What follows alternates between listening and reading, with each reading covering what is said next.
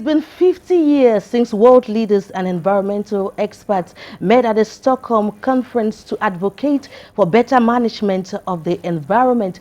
The Stockholm conference, held under the slogan "Only One Earth," and later culminated into the designation of June 5th as World Environment Day by the United Nations. Now, 50 years down the lane, the slogan "Only One Earth" has been reignited to celebrate the 2022 edition of the World Environment Day, a time calling for humans to live more sustainably in harmony with nature. In today's edition of the program Planet Rise, we shall be talking to some experts with experience in different fields as far as environmental protection is concerned. You're watching Planet Rise on Canal International. We shall be right back. Our guests in today's edition of the program have made their mark in different fields of environmental protection. They have gone out of their way to secure a better environment for the future generation. I'm going to start with my left. He is an industrial engineer, equally doubles as the VURI Divisional Delegate for Environment, Nature Protection and Sustainable Development. I have the pleasure to welcome on the set Mr. Lemnu Albon William Banye. Thank you so much, sir, for accepting our invitation on this special edition of the program Planet Rise on Canal International. Thank you so much. It's a pleasure to have you. It's always a pleasure to come around to discuss on environmental issues. Thanks. And on my right, I equally have someone who is the Director General of a leading recycling company here in the nation's economic capital, Douala. He is Mr. Chris Mabiala. Thank you so much for accepting our invitation on Planet Rise. Thank you. It's my pleasure. And on my extreme right, we have someone who has been working tirelessly to recycle organic waste for the production of protein and organic fertilizer. He is the Managing Director of Eco Technology, Mr. Aaron Egwe Okesak. Thank you so much for joining us in today's edition of the program. Thank you very much for having me. Well, let's set the ball rolling with you, Mr. William. I would like to turn right back to you. Cameroon is joining the rest of the world to celebrate the World Environment Day at a time when the environment is faced with multiple problems. Now, you are the Divisional Delegate for Environment for VURI, and you're equally an industrial engineer. When you look at our environment today, what would you say are some of the biggest threats the environment faces? First of all, thank you, Regine, for that question. I would like to say, I think celebrating 50th year of the World Environment Day says clearly that it was the right decision to take to commemorate and take measures to say we have only one Earth. Like you rightly said, from the onset, it was the slogan at that time was One Earth. That was the first slogan which was brought up in 1972 when the world leaders met in Stockholm in 1972 on the 5th of June to celebrate World Environment Day. Okay. And at that time, it was noticed that certain resources were being used but not renewed. And so it was important to start thinking of the importance of consuming but sustainably. Okay. And as you rightly say, now when we look at the environment today, we are beginning to see that it was right for world leaders to have taken that decision 50 years back. Because what are we noticing today? Climate change is skyrocketing and the global temperature is increasing, and the effect of climate change is being felt by everybody in the world. Weathers are unpredictable. Yes. And we're having pollution which affect the air, the soil, and even the waters. And we are having land degradation too that is really going at a level where in a place like Douala, all of this is being felt. We are in a town, an estuary town, which beside the sea, and we are facing all of those challenges: pollution, climate change problems, and land degradation with the disappearance of numerous species. We are having, for example, the case of mangroves. We are a town which is protected by some species like the mangrove, which is the barrier between land of the rivers and so on, which helps actually preserve the waters from getting into the land. Town, yeah. And this is being chopped off and used up by the population without being renewed.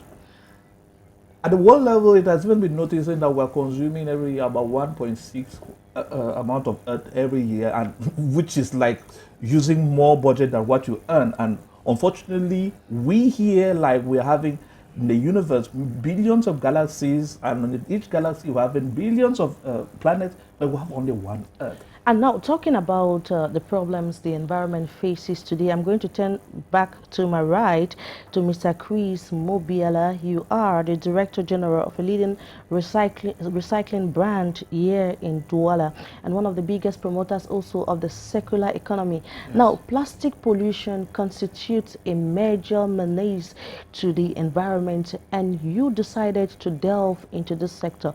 First of all, tell us, what have you seen on the field as far as plastic pollution is concerned, and also tell us why you decided to delve in this area. Okay, I will express myself in French. That's totally fine. That's fine. Le plastique, quand il a été découvert, a été plutôt quelque chose de positif au départ, puisque c'est lui qui a permis de lancer l'industrie. C'est quelque chose de solide, de léger, donc ça a lancé l'industrie, spécialement l'industrie agroalimentaire. Le problème, c'est que on ne sait pas le recycler, on n'a pas su le recycler convenablement. Je vais juste donner quelques chiffres clés. Sur les 9 milliards de tonnes de plastique qui ont été produits, jamais produits, on a recyclé seulement 9%. Et ça pose des problèmes non seulement pour l'environnement, mais aussi pour notre santé aujourd'hui. Je vais vous donner un exemple. Un être humain, donc nous sur ce plateau, nous ingérons, donc nous mangeons environ 5 grammes de plastique par semaine. Donc l'équivalent d'une carte de crédit. Et donc le problème de plastique est mondial, majeur, et principalement chez nous. Il y a d'autres sociétés qui sont plus ou moins avancées dans le recyclage, dans le tri, mais nous aujourd'hui, le problème de plastique est encore entier. Il suffit de se balader dans quelques drains où on se trouve avec des quantités énormes de plastique. Heureusement que le gouvernement et les autorités comme M. Lemny ici nous accompagnent dans l'initiative de recycler et nous donnent les moyens de pouvoir le faire de façon efficace. And if I got you right, you said out of the amount of plastic produced, just 9% is recycled. What accounts for this low rate of recycling, despite the opportunities that exist? Alors, c'est simplement que aujourd'hui, le plastique, il y a des plastiques qui sont encore non recyclables, au-delà du fait que on commence aujourd'hui à trouver des techniques de recyclage qui sont de plus en plus avancées, notamment à l'époque, dans un passé récent, on n'était pas capable de recycler des mélanges de plastique, aujourd'hui on y arrive. Donc c'est quelque chose qui avance, donc on va en recycler de plus en plus, mais aujourd'hui c'est encore un problème. Okay, I'm going to turn right to Mr. Aaron Egwe, and you are into the recycling of organic waste to produce protein and organic fertilizer. This is something that is not very common. Tell us more about your activity. Yes, our activity consists of using the black soldier fly, which is is not so common. It's similar to the house fly, but it has a difference in that in adult age it doesn't fit. That's why we don't see it common in our environment. And we leverage that fly because in the larva stage they consume highly. They can consume up to 25 times their body weight. So that's a very good, that's a powerful force of the fly we can explore. Okay. What brought us to Cameroon and Africa in general to apply this technology? Okay. In the West, in Europe, they are starting leveraging this technology in a very efficient way. Okay. In Africa, what do we see? We saw that we have a huge potential that's being wasted. For example, we went to the Sandaga market, which is Sandaga. The Sandaga market, market here in Douala. Here in Douala, everybody knows it's a huge area for vegetable. Okay. And we discovered that about 40% is being wasted. Exactly, when you go to the market, and this is as a result of the fact that they don't have preservative methods. Most of the women who sell, if you don't succeed to sell your vegetable or your tomatoes, maybe the day is brought, by the next day or 2 days after, it starts getting rotten, especially also because most of these vegetables are cultivated with chemical fertilizer. Correct me if I'm wrong. Absolutely, and that's one of the resources we end at we have as a byproduct of our process. Alors, we discovered that these are resources that are being wasted. Okay. By recycling them, we reintroduce back in the consuming chain. Okay. Ingredients that otherwise would have been wasted. So what do? We collect this waste. We have talked with those who manage the market, and they're very enthusiastic with the project. And luckily, the delegate is helping us in that regard. So we have discussed with them. We have put in place a structure where we collect this waste. We match them, means we grind. We have put on machines that we grind. And these flies, we use their egg, which are now being incubated inside this ground waste. Okay. And this, in the space of 15 days, they reach maturity. So we can see the very short cycle. Our structure has been put in fact that with the capacity of recycling that initially programmed, recycling 10 tons of organic waste to produce 2.5 tons of this protein. Okay. In this protein, we get the protein, as we say, and the organic fertilizer. Okay. It means in our process we have zero waste. Wow, that's quite interesting. Yes, zero waste in the sense that they are left over. That's organic fertilizer, and now the larvas have been harvested, dried, and matched for mac meal. Okay, and how do these processes help in protecting the environment? Okay. What's the contribution of your activity in promoting sustainable development, in promoting the circular economy? Firstly, this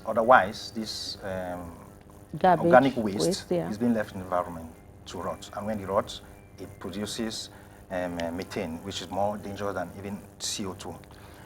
Carrying them away. So it's helping in the fight against global warming. Global warming. Okay. Secondly, Cameroon imports large quantities of fish meal because our mac meal is a good substitute to fish meal, which is being used in the livestock industry for feeding. Feeding. Yes, for feeding animals. Perfectly aquaculture. Okay. Which reduces the cost of production because at that level we don't need to transform it. We can feed the fishes live. That's one part. The second part, this large quantity of fish meal are being imported, largely from Brazil. Okay. So you can imagine the huge cost of transportation from that site, which are those fish, which can be made here. Which can be made locally. Yes, I think we're going to have time to talk about the benefits, but I would like to turn back to Mr. William now. Yeah. Plastics packaging of less than 60 microns were banned by the Cameroonian government in 2012, and the law actually went into force in 2014. But 8 years down the lane, what we notice is these plastics have continued to circulate, and they end up on the streets, end up in the on waterways, and contribute to flood. My question to you, Mr. William, what do you have to say to people who say the government has failed in managing the problem of plastic?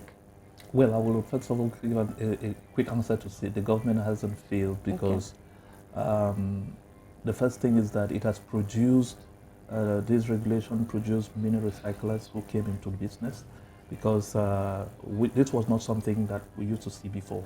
I think if you have the colleague who was talking about collection of plastic, he came in because of that enabling environment. The second thing is that the quantity of the plastic you find in the environment would have been more than what you have now if that regulation didn't come up.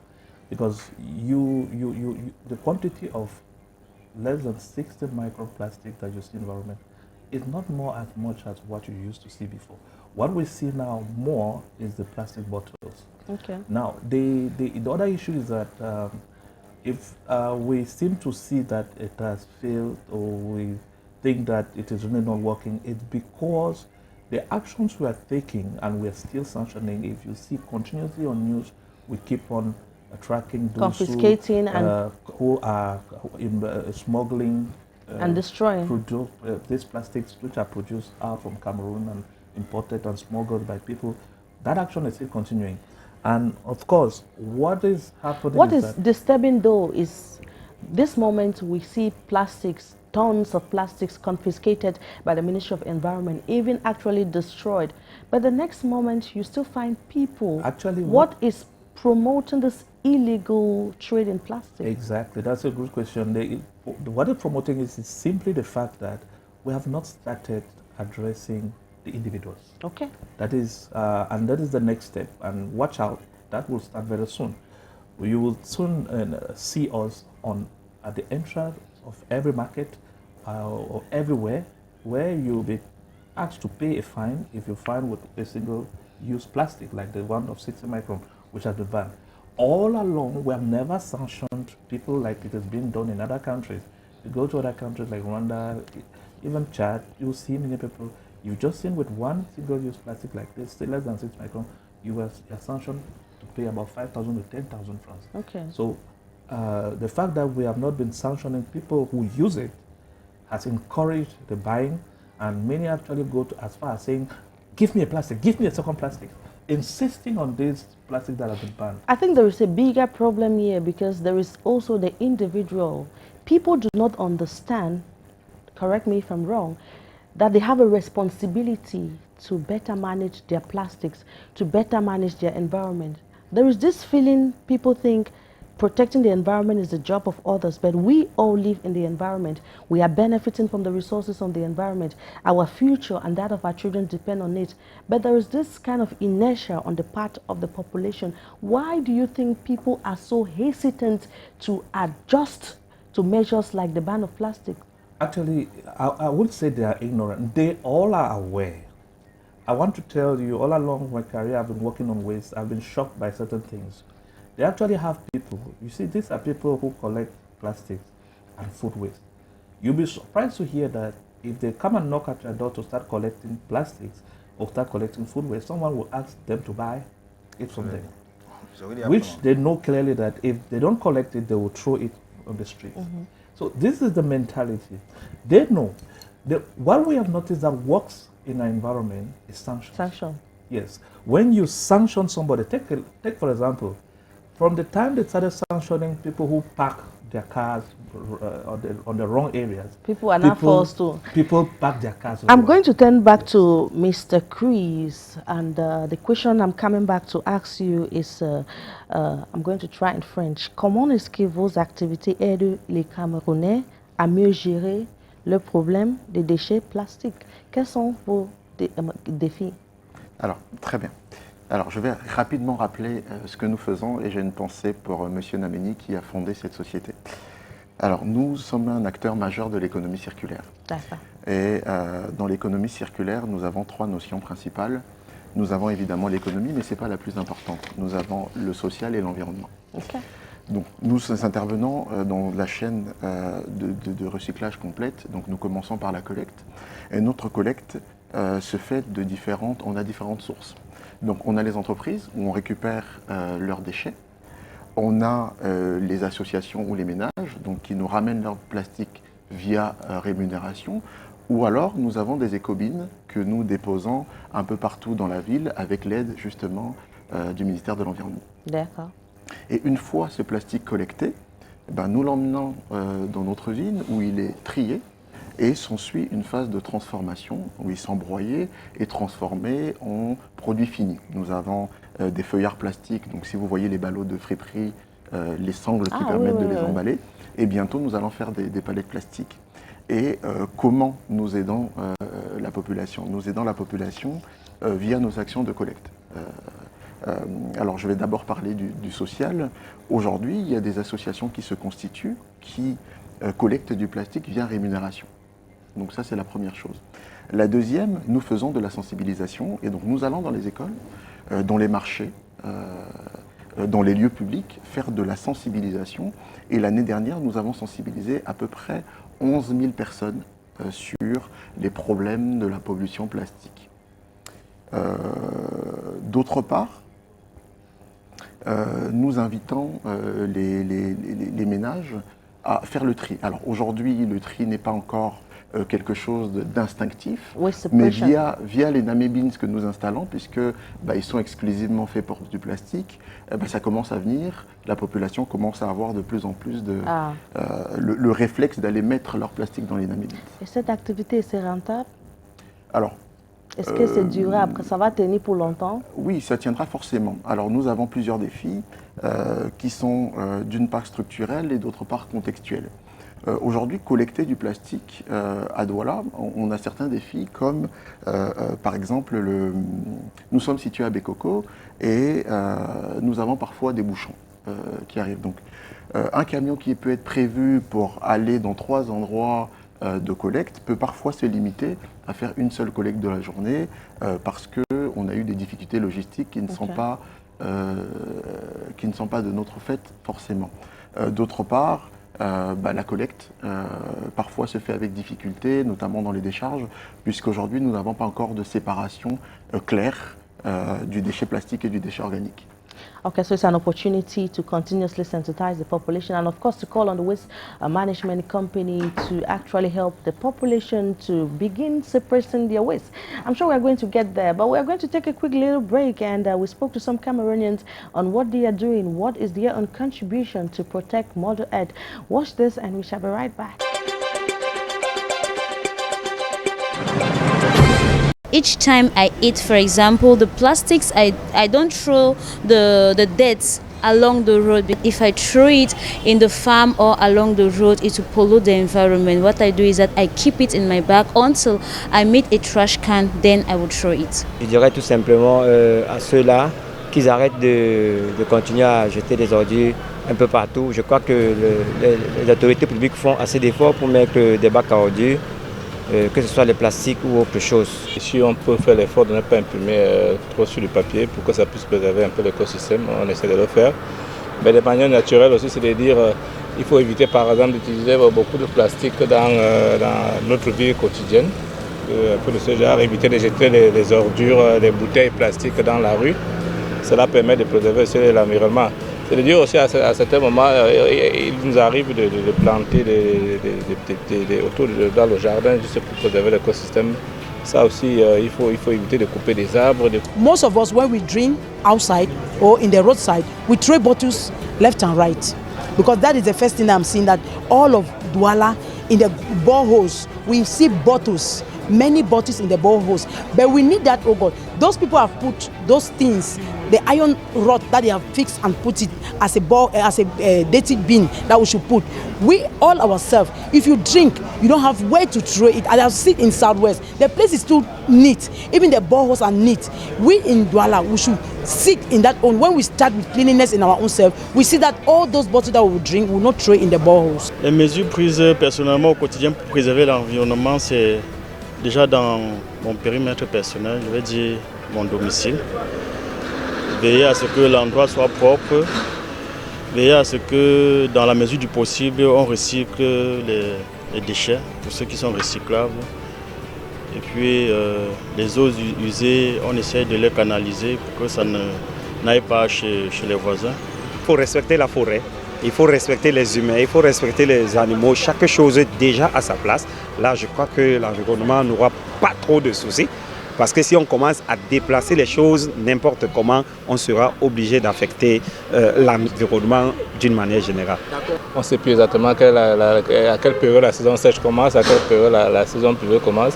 Je crois que c'est un exemple vraiment concret qui prouve que vraiment notre écosystème est en train de se dégrader et qu'il faut nécessairement qu'on fasse quelque chose pour le préserver, non pas pour nous, mais pour les générations futures. Je fais l'effort de ne pas jeter les ordures un peu partout. Chaque fois que je mange, j'arrête mes ordures et je cherche la poubelle la plus proche. Et puis sensibiliser les gens autour de moi. Ma maman dirait déjà les enfants à la maison et puis les collègues. Et puis même quand dans la rue, quand quelqu'un jette quelque chose dans la rue, s'il faut l'interpeller, juste si c'est quelqu'un qui ne paraît pas sauvage, mais ça c'est pas bon ça, justement.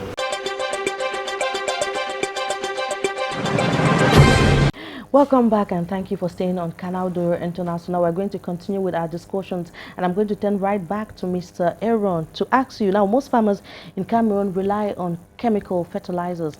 Not only have chemical fertilizers become very expensive, but they are a menace to the soil, especially in the long term. And there are equally possible problems, health hazards that can be linked to the use of chemical fertilizer. Now, as somebody who is producing organic fertilizer from waste, household waste, why would you say it's important for farmers to switch to organic fertilizer? Okay, before answering the question, I'd like to precise that by profession, I'm an agronomist. Okay. And that's one of the motivations. That's interesting. Okay. So, we can say organic agriculture is been gaining momentum worldwide, except in Africa. I can say not really, because in Africa we know our grandmothers were doing organic agriculture because they were Break it down for our viewers. What do you mean when you talk about organic agriculture? I mean zero chemicals. Okay. Pesticide zero, zero chemical fertilizer. Now we have used our soils for a long time, so we have to replace the nutrients. So now people are looking for more healthy food, means food that are free from contaminations. Yeah. Before starting our activity, we came to do a little survey. Okay. And now we have done a pilot project. And in the pilot project, we have gotten, we are really surprised by the number of demands that were available, because we're a little bit skeptical about it's good to produce, but are people ready to consume? To consume it. That's it. So we're surprised. That's the question I was going to ask. How receptive is the Cameroonian public? Very, because if you don't start, you won't know. Okay. We are based in the Dibumbai area. Okay. So just on that environment, people were coming and asking, we are interested, how much did you sell? And so people are really interested to reduce the consumption of really organic fertilizer. Now the problem is, in our part now, the problem is to increase our capacity. Our production capacity in respect to demand. To the demand. Our pilot project went on well. We have all we have all the statistics. We have a challenge in, as I was saying before, in the waste collection, because we don't, people don't have the culture of separating waste. Sometimes you tell people you want organic waste, but you mix with everything plus iron. Oh. So as you mentioned before, is the activity profitable? That's a big question mark. Because we discovered that we need more manpower to do the separation. Because because once you get this waste, you have to now start to separate it. It can be because they are most of the time contaminated. Okay. So you have to separate it to have a pure product that will lead you to a pure final output. Okay. Now I'm going to turn back to Mr. William Lemieux. Now, Cameroon produces 6 million tons of waste every year. And out of the 6 million tons of waste, we have about 600,000 tons of plastic waste. Most of this plastic waste is dumped in the Vuri River, which is one of the most polluted rivers in Africa after the Nile and the Niger River. You're laughing. Yeah, the question I want to ask is, how are plastics choking habitations and affecting biodiversity? Yeah, I think I was laughing because the issue of the Vuri being the most polluted river. One of the most polluted after the River Nile and the Niger River. Good. I think now that we're talking of one of the most polluted, I think I'll be more comfortable with that, because they're really more polluted rivers. Now, the plastics, take for example, plastic has pollution in the soil. First of all, plastic in the soil is a great hindrance to agriculture because it totally goes and closes the soil from anything you plant and access to water. it affects cattle and particularly areas of the north where you have these plastics, microplastic flying over. At times, animals confuse it with food and they eat it. Even at sea, they confuse it with food and they eat. They die immediately. Lots of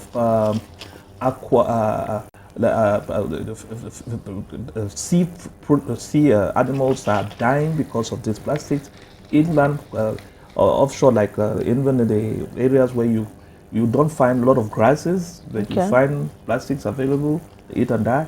And then most of the soil today, we all know that plastic can take 200 years before getting degraded. That will mean if you're throwing a plastic today, your great-great-grandchildren will find the plastics in the soil.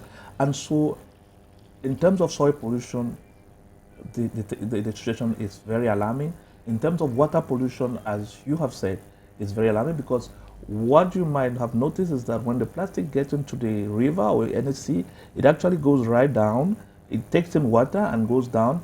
And if it is some light plastic, it just flies up and it is eaten by another sea animal, but it settles down into the river and it totally causes river pollution that will last for long. And so we're having a situation where most of the natural environment is disappearing.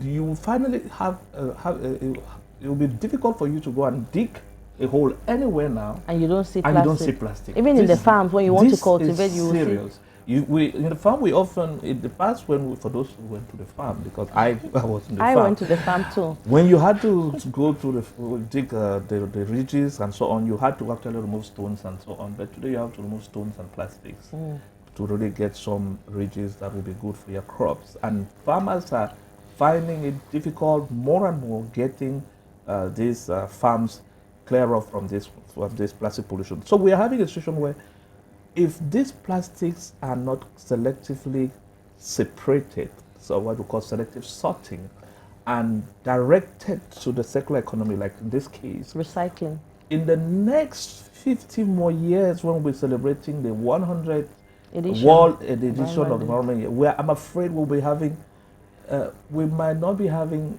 in terms of the square meters, in terms of the areas available for arable soil for agriculture, it will be very low. That's and our alarming. Children might not have enough space for agriculture. Now, talking about the consequences, you've been talking much about the consequences of having plastics, which is a big menace to the environment, and you have just mentioned about our children, which brings me to my next question, and I'm going to turn back to Chris, because we are celebrating World Environment Day under the theme Only One Earth, and there's a call for people to live more sustainably in harmony with nature. Now, what do you say to people, to Cameroonians, about the need to cultivate, more friendly attitude towards nature, especially in your domain? Alors, nous, du côté de Namé Recycling, on a donné la priorité à la jeunesse, parce que c'est celle-là notre avenir. Et c'est cette génération qui peut encore changer quelque chose. Donc nous allons dans les écoles principalement. Et ensuite, on n'oublie pas les adultes, parce que c'est les adultes qui éduquent les enfants et du coup qui nous accompagnent dans cette logique-là et dans cette éducation-là. Et ensuite, je demanderais simplement à la population d'être plus responsable et que notre environnement, on le nettoiera ensemble. Namé Recycling, cette année, va retirer 5000 tonnes de plastique du Cameroun, mais vous avez donné un chiffre bien plus important. Et donc, Namé Recycling et tous les acteurs, seuls, ne peuvent pas le faire. C'est ensemble que nous réussirons à nettoyer, à sauver notre environnement. Et donc, cela passe par des éco-gestes simples, par un plastique qui ne doit pas se retrouver dans une rivière ou jeté dans la rue, doit être dans une vraie poubelle dédiée, privilégier la réutilisabilité, privilégier les éco-gestes séparés. Parce qu'aujourd'hui, et c'est un plaisir de voir qu'au Cameroun, on commence à recycler, pas seulement le plastique. Aujourd'hui, on est dans les déchets organiques, les déchets alimentaires. Donc les séparer facilitera grandement le travail des recycleurs et ensemble on réussira à créer un vrai espoir pour exactly, un for environnement the plus future propre. generations. And I'm good, that's very interesting. I call it a call to consciousness. That's how I call it to Cameroonians. And I'm going to turn back to you, Mr. Aaron. You are into the recycling of organic waste. Now, talk to us. The President of the Republic has always encouraged Cameroonians to go to the farms. I mean, what word of advice do you give to young people who are into agriculture, or even to older people, about the need to practice agriculture more sustainably? Yes, before I go to that answer to your question, I would like to follow up with what Delegate just said before. That's fine.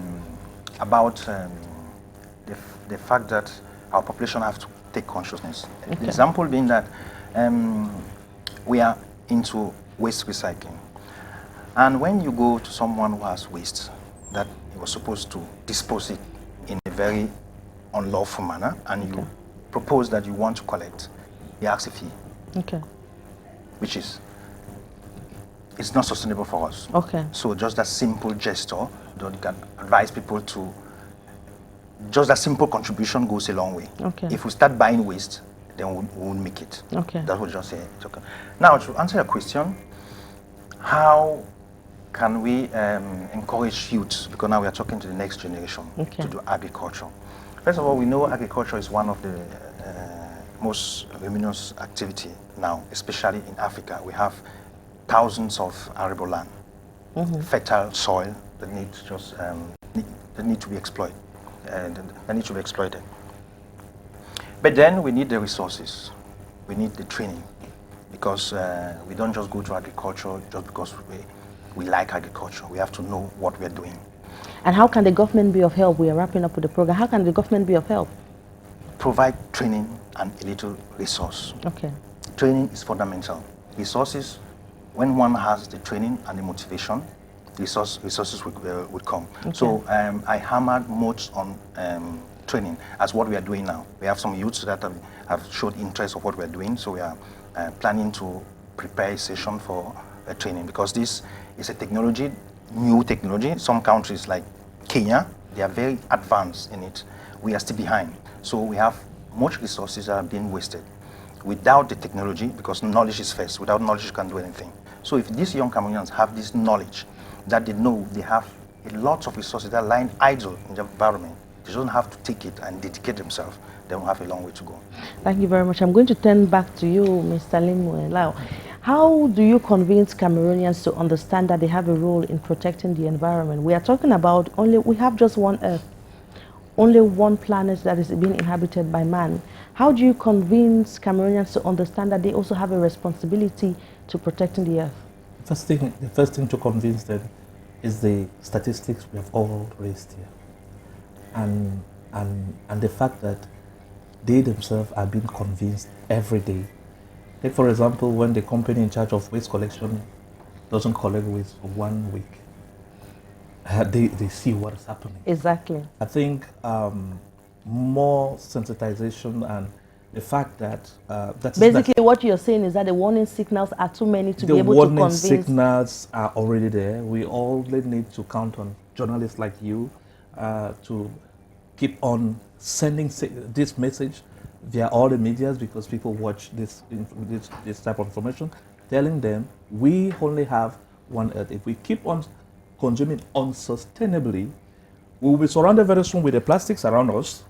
We'll be having heaps of organic waste around us, which is really not going anywhere, and we might not have anywhere to live, because if we don't make sure that the waste we produce is having a second life, we might not have another second place to give to our children for the near future.